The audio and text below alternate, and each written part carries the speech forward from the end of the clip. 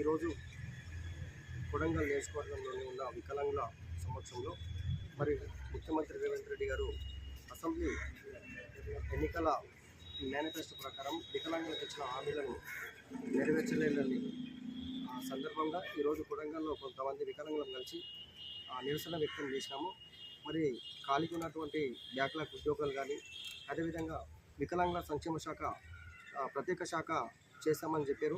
మరి ముఖ్యమంత్రి రేవంత్ రెడ్డి గారు ప్రతిపక్షంలో ఉన్నప్పుడు వారే ఈ వికలాంగుల సంక్షేమ శాఖను గుర్తించి మరి ప్రత్యేకంగా ఏర్పాటు చేయాలని చెప్పేసి వారు స్వయంగా అసెంబ్లీ సమావేశాల్లో మరి అన్నారు. ఇప్పుడు స్వయంగా ఆయననే ముఖ్యమంత్రి ఉన్నాడు కాబట్టి మరి అతి తొందరలో వికలాంగుల సంక్షేమ శాఖను మరి ప్రత్యేకంగా ఏర్పాటు చేయాలని చెప్పేసి వికలాంగులకు ఉచిత ప్రయాణం బస్సు సౌకర్యం కల్పించాలని మేము డిమాండ్ చేస్తున్నాము. వికారాబాద్ జిల్లాలో ప్రతి వికలాంగుకి డబుల్ బెడ్రూమ్ కానీ, ఇందిరమ్మ ఇండ్లు కానీ, అదేవిధంగా బ్యాక్లాగ్ ఉద్యోగాలు కానీ, మరి వివిధ సమస్యలపైన పోరాడుతున్నటువంటి వికలాంగులకు, చదువుకున్నటువంటి వికలాంగులకు ఖచ్చితంగా ఉద్యోగాలు కూడా కల్పించాలని ఈ సభాముఖంగా మేము డిమాండ్ చేస్తున్నాం.